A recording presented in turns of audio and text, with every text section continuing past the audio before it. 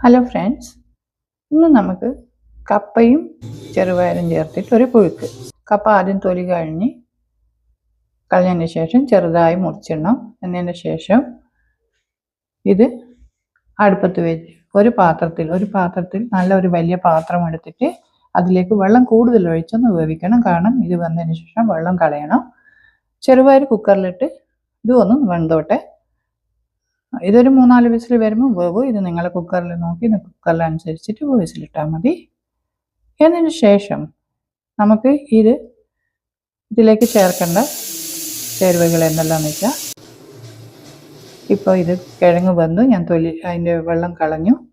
ഇപ്പോൾ ഇതിലേക്ക് ഞാൻ ഇട്ടിരിക്കുന്നത് തേങ്ങയും പച്ചമുളകും കറിവേപ്പിലയും 1 ടീസ്പൂൺ ജീരകവും പിന്നെ ഉള്ളി, ഇത്രയും ഇട്ട് ഒന്ന് ചതുക്കി വെക്കണം.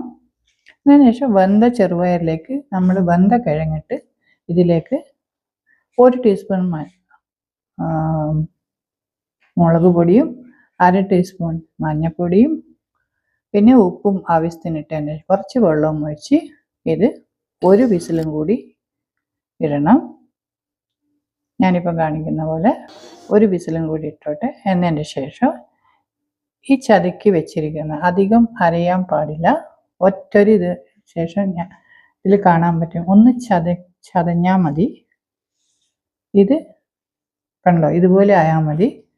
ഇതിലേക്ക് നമ്മൾ വേവിച്ച് വെച്ചിരിക്കുന്ന ചെറുപയറും കപ്പയും ഇതിലേക്ക് ഈ ചതച്ച് വെച്ചിരിക്കുന്ന അരപ്പില്ലേ ഇതിലേക്ക് ചേർക്കണം. നല്ലോണം ചേർത്തതിന് ശേഷം ആദ്യം അത് ചേർക്കുന്നതിന് മുന്നേ ഇതൊന്ന് ചേർത്താൽ മതി. കിഴങ്ങും പിന്നെ ചെറുപയറും ഒന്ന് ചേർക്കണം. എന്നതിന് ശേഷം ഈ അരക്കൂട്ട് ഒന്നും കൂടി ചേർത്ത് ആവശ്യത്തിന് വെള്ളവും ഒഴിക്കണം. അധികം വെള്ളം വേണ്ട, കൂടുതലായി പോവും. കുറച്ച് ആവശ്യത്തിന് എത്ര വേണം അത്ര. പിന്നെ ഉപ്പ് കറക്റ്റായിട്ടുണ്ടോ എന്ന് നിങ്ങൾ നോക്കിയാൽ മതി. എന്നതിന് ശേഷം കണ്ടോ, ഇതിപ്പോൾ ഇതുപോലെ ഒന്ന് ചെയ്യണം. എന്നതിന് ശേഷം ഇതൊന്ന് കറിവേപ്പില ഇട്ടതിന് ശേഷം ഇതൊന്ന് അടുപ്പത്ത് വെച്ച് ഒരു തള വരുന്നവരെ ഒന്ന് നോക്കുക. ഇത്രയേ ഉള്ളൂ.